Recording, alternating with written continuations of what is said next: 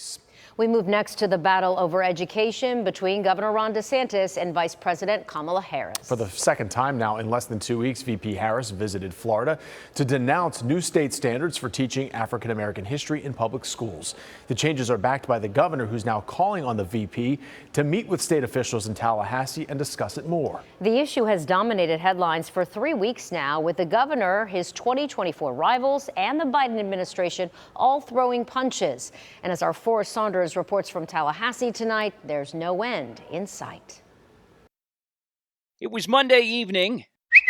Governor Ron DeSantis sent the vice president this letter calling on her to come to Tallahassee and chat with state officials about those new controversial Black history standards for public schools. Quote, "It's past time to set the record straight," DeSantis said. "In Florida, we are unafraid to have an open and honest dialogue about the issues."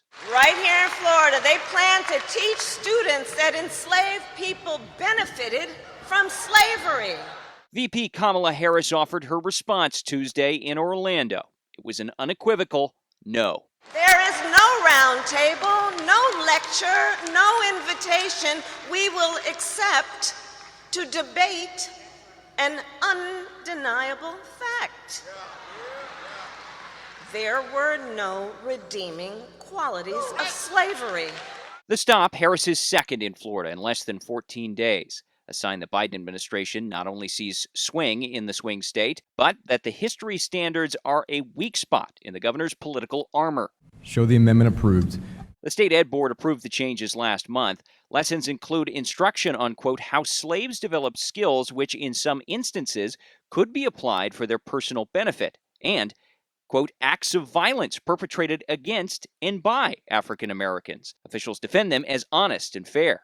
Our standards are factual, objective standards that really teach the good, the bad, and the ugly. The governor's presidential campaign also leaning into the standards despite blowback from even fellow Republicans. DeSantis surrogates urging Harris to reconsider. A lot of people know that she's not telling the truth.